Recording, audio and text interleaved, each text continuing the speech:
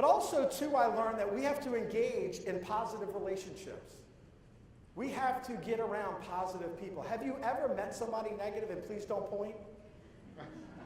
If you are that negative person, 80% of the people that you tell your problems to, they don't care. The other 20%, they're glad that it's you that has those problems, okay? They're like, I'm glad that's not me. Thank goodness, thank you, God. But one of the things, though, about being in positive relationships, I never forget I was at a coffee shop once again, working on my book. A gentleman walks in, introduces himself. We see each other all the time, introduces himself, and said, you know, Ryan, I saw a motivational speaker once and it changed my life. And I said, okay, well, what did the speaker say? And he said, the speaker said, you can't soar with the eagles during the day if you're bumming around with the owls at night. And I'll tell you, that hit me like a ton of bricks because I was working on my book. I was working on things. I mean, how many times do you have a great idea? You have something that you want to implement within your office, and there's all those negative people just throwing up on it, right? I read an article not too long ago about we all have dump trucks in our office. Have you ever noticed those negative people? They just love to dump their trash right on your desk, right? They come in your office and they got to unload everything.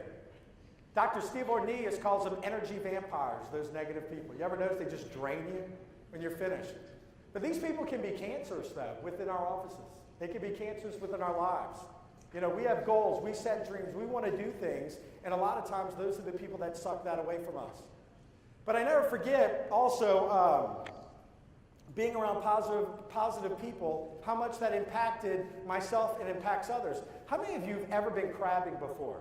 Give me a high raise of hands. My uncle had a camp right on Lake Catherine, not too far from here. All right, so who's been crabbing? You have? Have you ever watched a hamper of crabs? And what's the crab that's about to get out? What's the other crabs doing? They're grabbing them back, right? You ever notice that? That seems like life sometimes. But those positive relationships are the ones that we want to stay in. Those are the ones that we want to build. You want to build a positive culture. I've owned numerous businesses. I've worked with a lot of CEOs around the country. And one of the things I tell them is to hire on attitude.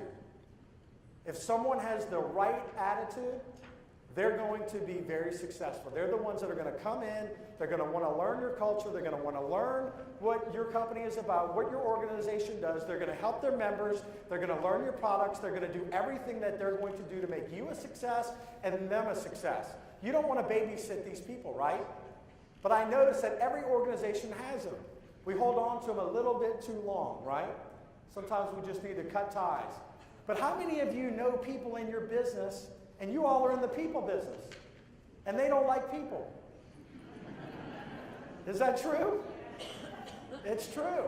I've gone into different organizations, and you know what? They're not too friendly in some of these organizations. But your members count on that. Your members count on your positive attitude.